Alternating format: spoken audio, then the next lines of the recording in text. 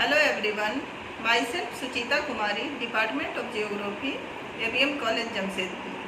आज हम लोग यूजी सेमेस्टर 3 के CC7 और जीई में जियोलॉजिकल स्ट्रक्चर ऑफ झारखंड पढ़ेंगे। झारखंड 21 डिग्री 59 मिनट उत्तरी अक्षांश से लेकर 25 डिग्री 18 मिनट 30 सेकेंड उत्तरी अक्षांश तथा 83 डिग्री 20 मिनट पूर्वी देशांतर से लेकर 87 डिग्री 57 मिनट पूर्वी देशांतर के बीच फैला है। इसका कुल क्षेत्रफल 79,714 वर्ग किलोमीटर है, जो भारत के कुल क्षेत्रफल का 2.42% क्षेत्र को घेरता है। यह उत्तर में बिहार, दक्षिण में उड़ीसा, पूर्व में पश्चिम बंगाल और पश्चिम में छत्तीसगढ़ और उत्तर प्रदेश से घिरा हुआ है। ऐसा माना जाता है कि झारखंड प्रायद्वीपीय भारत के साथ गोंडवाना लैंड का ही हिस्सा है।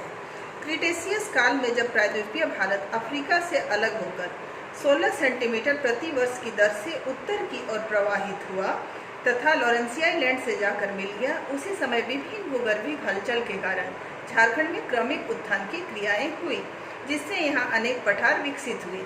इस तरह झारखंड विश्व का प्राचीनतम भूखंड है, जो अपनी उत्पत्ति के समय से ही समुद्र तल से ऊपर रहा है। हालांकि लंबे समय से अनाच्छादन के कारण यह टर्शियरी काल से पहले संप्राय मैदान के रूप में बदल चुका था, लेकिन हिमालय की उत्पत्ति के समय यह पुनः ऊपर उठ गया। झारखंड का पश्चिमी भाग सबसे ऊंचा उठा हुआ क्षेत्र है, जो पाट प्रदेश के नाम से जाना जाता है। इसके पूर्व की ओर क्रमशः रांची का पठार और हजारीबाग का पठार है, और उसके पूर्व में है बाया छोटानागपुर पठार। पाट प्रदेश जहां 900 मीटर ऊंचा है, वहीं पाकुड़ और साहेबगंज तथा जमशेदपुर के समीप बहरागोड़ा 150 मीटर से भी कम ऊंचा है। चाईबासा के क्षेत्र में भी निम्न मैदान फैला हुआ है। झारखंड का सबसे ऊंचा क्षेत्र पारसनाथ की पहाड़ी है, जो 1365 मीटर ऊंचा है तथा बाह्य छोटानागपुर पठार में स्थित है। भूगर्भिक संरचना। भूगर्भिक संरचना किसी भी प्रदेश की धरातलीय विशेषताओं को नियंत्रित करती है। झारखंड भी इसका अपवाद नहीं है। यह विश्व के प्राचीनतम भूखंड है, जहां भ्रंशन तथा खंड उत्थान की क्रियाएं हुई है, जिससे यहाँ विभिन्न क्षेत्र में चौरस आकृति के रूप में ऊपर उठ गए हैं। भ्रंशन के कारण यहाँ भ्रंश कगार और दरार घाटी का भी विकास हुआ है। यहाँ अधिकांशतः आग्नेय चट्टान मिलती है, जो रूपांतरित अवस्था में है। झारखंड के भूगर्भिक निर्माण की 4 अवस्थाओं में बांटा गया है। पहला है आर्कियन निर्माण, दूसरा है विंध्यन क्रम की चट्टानें, तीसरा गोंडवाना क्रम की चट्टानें और चौथा है राजमहल ट्रैप या डेक्कन लावा। पहला आर्कियन निर्माण। झारखंड का 90% भाग में आर्कियन काल की चट्टानें पाई जाती है। इसे पुनः 2 भागों में बांटा गया है। पहला है आर्कियन ग्रेनाइट तथा नीस और दूसरा है धारवाड़ क्रम की चट्टानें। पहला आर्कियन ग्रेनाइट तथा नीस। रांची, गुमला, सिमडेगा इत्यादि के अधिकांश भागों में आर्कियन ग्रेनाइट और नीस पाए जाते हैं, जो रूपांतरण के कारण ग्रेनाइट नीस में बदल चुका है, जिसे बंगाल में बंगाल नीस और झारखंड में इसे छोटानागपुर नीस के नाम से जाना जाता है। इसे पैतृक चट्टान भी कहा जाता है, क्योंकि अन्य भूगर्भिक निर्माण के लिए इन्होंने आधार का काम किया है। दूसरा है धारवाड़ क्रम की चट्टानें। ये झारखंड की सबसे प्राचीन परतदार चट्टानें हैं, जो रूपांतरण के कारण क्वार्टजाइट, फाइलाइट, सिस्ट के रूप में पाई जाती है। झारखंड में धारवाड़ क्रम की चट्टानों के 2 क्षेत्र हैं। पहला है पूर्वी एवं पश्चिमी सिंहभूम तथा सरायकेला का अधिकांश भाग। इसमें सिमडेगा और रांची जिला को भी सम्मिलित किया गया है, क्योंकि रांची का दक्षिण पूर्वी भाग, जो कि अभी खूंटी का अधिकांश हिस्सा आता है, यहाँ पर इस तरह की चट्टानें पाई जाती हैं। ये धात्विक तथा अधात्विक खनिज के रूप में पाए जाते हैं, जैसे कि लोहयस्क, तांबा, कायनाइट, क्रोमाइट, यूरेनियम इत्यादि, जो इस क्षेत्र में मिलती है। दूसरा है हजारीबाग और कोडरमा का क्षेत्र, जहाँ माइका सिस्ट की प्रधानता है और जो अवरक के उत्पादन के लिए विश्व विख्यात है। आर्कियन काल में ही लावा प्रवाह के कारण बेसिक आग्नेय चट्टानों का विकास हुआ, जो दलमा श्रेणी के रूप में फैला हुआ है। इसके कुछ भाग अपक्षय एवं अवक्षालन के कारण लेटेराइट में बदल गया है। दूसरा है विंध्यन क्रम की चट्टानें। इसका विस्तार सीमित क्षेत्र में है जो सोन नदी के दक्षिण में पड़ता है, जो खास करके गढ़वा जिला के उत्तरी भाग का है। यहाँ बलुआ पत्थर, क्वार्टजाइट, चूना पत्थर तथा डोलोमाइटिक चूना पत्थर पाए जाते हैं। यहाँ चट्टानें 36 परतों में मिलती है, जिसमें जीवाश्म का बिल्कुल अभाव है। नेक्स्ट है गोंडवाना क्रम की चट्टानें। पश्चिम में हुट्टार से लेकर पूर्व में झरिया तक संपूर्ण दामोदर घाटी में गोंडवाना क्रम की चट्टानों का विकास हुआ है। यहाँ बलुआ पत्थर तथा सेल के बीच में कोयला की विशाल परतें पाई जाती है।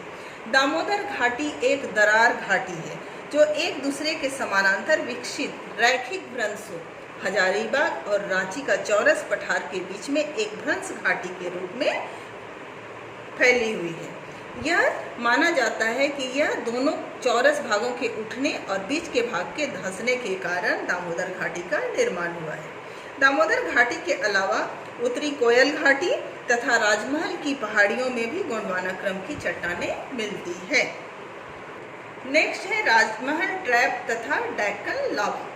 संथाल परगना के क्षेत्र में जुरासिक काल में लावा प्रवाह के कारण राजमहल ट्रैप का विकास हुआ, जबकि क्रिटेशियस से इयोसीन काल तक रुक रुक कर दरारों से होने वाले प्रवाह के कारण डेक्कन लावा क्रम विकसित हुआ, जिसका अवशिष्ट भाग पाट प्रदेश है, जो अपक्षय के कारण लेटेराइट एवं बॉक्साइट में बदल गया है। नवीन जमाव गंगा के दक्षिण में साहेबगंज के उत्तरी और पूर्वी भाग तथा पाकुड़ के पूर्वी भाग में पाया जाता है। यहाँ पुराने और नवीन जलोढ़ के रूप में पाए जाते हैं। टर्शियरी भू अल्छल तथा झारखंड में 3 क्रमिक उत्थान। झारखंड की वर्तमान धरातलाकृति का विकास में टर्शियरी भू अल्छल की मुख्य भूमिका रही है, जिसके फलस्वरूप यहाँ भ्रंशन तथा खंड उत्थान के कारण पठारों का स्पष्ट क्रम का विकास हुआ है। टर्शियरी काल के पहले झारखंड का क्षेत्र संप्राय मैदान में बदल चुका था, लेकिन हिमालय भू हलचल के समय इयोसीन काल में महान हिमालय के निर्माण के समय झारखंड का सबसे पश्चिमी भाग अर्थात पाट प्रदेश चौरस रूप में ऊपर उठ गया। लघु हिमालय के निर्माण के समय यानी मायोसीन काल में पाट प्रदेश के पूर्व में रांची और हजारीबाग का पठार ऊपर उठ गया और तभी पाट प्रदेश की ऊंचाई बढ़ गई। शिवालिक के निर्माण के समय अर्थात तृतीय उत्थान से पाट प्रदेश रांची तथा हजारीबाग पठार को 3 ओर से घेरे हुए बाह्य छोटा नागपुर पठार ऊपर उठ गया, जिससे पाट प्रदेश और ऊंचा हो गया और रांची और हजारीबाग पठार की भी ऊंचाई में वृद्धि हुई। प्रत्येक पठार भ्रंश कगारों में बटा हुआ है, अर्थात पाट प्रदेश और रांची हजारीबाग पठार के बीच में एक भ्रंश कगार मिलता है। उसी तरह रांची हजारीबाग पठार और बाह्य छोटा नागपुर पठार के बीच में भी एक भ्रंश कगार पाया जाता है, जो इस बात को दर्शाता है कि इनका निर्माण भ्रंशन और खंड उत्थान के कारण हुआ है, अर्थात ये भाग नीचे धंस गया और ये ऊपर उठ गया और बीच में भ्रंश कगार बन गया और ऊपर उठा हुआ भाग चौरस पठार के रूप में विकसित हो गया। रांची का पठार उत्थित संप्राय मैदान का उदाहरण है, जहां एकाकी पहाड़ियां मोनोनोक के रूप में बिखरी हुई यहाँ वहाँ दिखाई पड़ती है। इस तरह से हम लोग का भूगर्भिक संरचना समाप्त हुआ। नेक्स्ट वीडियो में हम पढ़ेंगे झारखंड का भौतिक विभाग। Thank you.